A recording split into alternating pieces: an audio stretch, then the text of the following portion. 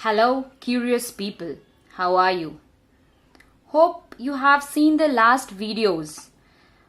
In the last part of the stats, we discussed about the mean, mode and median. Hope you understood it. Also, you may have searched some other definition, some other example and solved some examples from the net. Now, in this video, let's start about some more measures. In the last video, we have seen how we can use a mean and where we can use the median. We have seen as per the distribution of the data, mainly a median is used. Now, let's take some data, plot it in the graph and then understand how the median works, how the mean works. See, I have plotted an image from the data. I hope you can see the data. I have plotted a graph between heights of the students. These are the students. So I can say this is student 1, 2, 3, 4 and 5. And these are my heights. Maybe just imagine some units for these heights. These are just numbers. I have represented it as student 1 is having a height of 600. Student 2 is having a height of 470. Student 3, 170. Student 4, 430. And student 5 as 300. So now these are all my data points. In the last video, I discussed how to find the mean of the continuous variable. Continuous variable means these are some data points which are in numbers. They are having some discrete values. What was the formula of mean? Just think, what was it? It was the summation of all the numbers divided by the total number of variables. Calculating the mean, what it was, adding all the variables that are these numbers divided by number of students, that was 5. You can calculate it and get the number. We have found that mean is 394.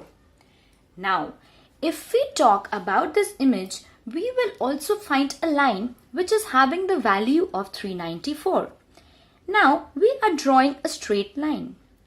From this mean, we can say my numbers are varying this much amount. So, if we want to calculate the difference from my data point and the mean, we can simply subtract it. I have subtracted these values and written these values. See, 600 minus 394 gives 206. Similarly, 470 minus 394 gives 76. Now, for this particular value, my data point is below the mean. So, I will get this number as negative minus 224. This is again above the mean. This is below the mean. So, these differences can be positive or it can be negative. Now, I can say that where are my data points lying? For example, if I am having a height of 170, I can say that I am below average. Or if I am having a height of 600, I can say I am above average. So, I have some data references for comparison. Now, let's move on. See, now we are saying how much my data point is varying. Right, this particular term is called variance. So, to calculate the variance, what are we doing? We are taking the difference, squaring it, averaging the result. This is one of the term or the definition of variance, and I'll just tell about the formula. These are the steps to be followed. See, what we do, I have shown you the differences. I have already calculated these differences. Now, to calculate the variance actually is the measure how much your data is deviate. It's not actually deviation, how much it is away from the mean. It may be in a negative sense or the positive sense. So, what we do, we are squaring each and every value. These were the values that we got. We square it and then divide it by the number of variables. It became this is the variance that we got. Now, if we talk about the formal definition of variance, it is represented by sigma square. This is small sigma square. That is average of the square difference from the mean. This is the formal mathematical way of representing. Sigma square is equal to sigma of x is my data point, minus mu. In the last video I have said that mu is the representation of the mean divided by number of data points. So finally we got the variance. Variance is represented as sigma square. Now if we have to calculate sigma, what we have to do? We have to just square root this particular variable. This sigma is called the standard deviation. Standard deviation actually tells how my data is deviated from the mean. Now,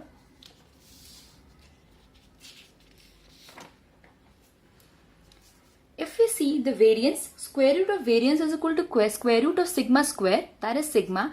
Now, we know what is sigma. What was this? We have the definition, that is xi minus mu whole square, summation from I is equal to 1 to n divided by n, the whole square root. This is actually standard deviation.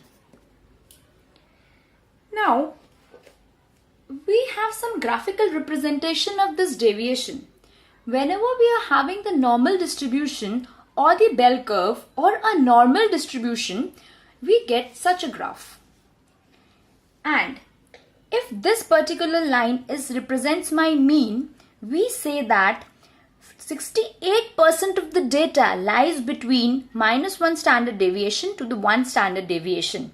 That is, from -1 standard deviation to mu, we will have 34% of data.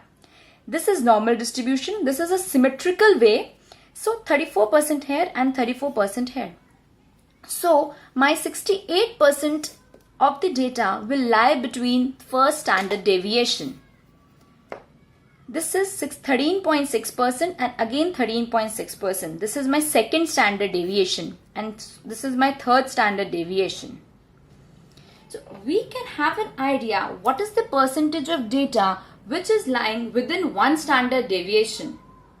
This type of curve or this type of bell curve is also called normal distribution.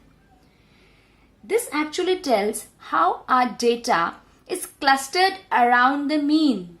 Okay, now we can have different types of bell curve. I have drawn a bell curve this way. It can be this way. It can be more flat. It can be more steep. So what do you think? What does this represent? Each and everything is a bell curve only. Take a pause and just think of it. See, I have represented some of the graphs here. If you see this graph, I know this is my mean. If I see this particular purple bell curve, I know my maximum data points are within this standard deviation. So the spread of the data is very less. But if I see, just don't go by my drawing, it's very bad. If I see this bell curve, it is having a higher spread of data. So just to measure what is the spread of my data, this is a very important thing. We can plot this distribution and then find out how much percentage of data is where and what is the range of my data. In this representation, we have a huge spread of data, but in this representation, we have a small spread of data. There are certain small different terms which are used. I think one or the other way you know these. One is the range. Range is like what is the smallest data, what is the largest data. That is beginning and the end point of your set. For example, if you're having this particular data and I ask you what is the range, you just calculate the maximum value and the minimum value and subtract it. The range for this particular data becomes 10. This next terms, which is the interquartile range. Interquartile range is also represented by IQR. You must know about certain graphs. This type of graph is called a box plot, where we have a median. Sorry, this is the mean. We have the mean. We have the mean. We have the Q1. We have the Q2. Minimum value, maximum value, and the box plot. this type of graph is box plot. I have some implementations in Python for this. In that particular session, exactly it will be the next session only, I'll tell how a box plot are implemented in Python. In that case, you will be also able to know what are outliers, how it is represented in a box plot. So in the last few videos, we have discussed about little bit about linear algebra, little bit about probability, and little bit about stats. So in the next session, I will implement each and everything in terms of Python. And also I want to tell you, like, each and everything is interrelated. For the data science, you have to experiment with the data, and to experiment with data, again you need the measures. So these terminology are very much required. I hope you liked the video. My concepts are clear. You will easily understand. Any type of doubt, just ping me or write the comments. Do share, do like my video. Thank you. Bye friends.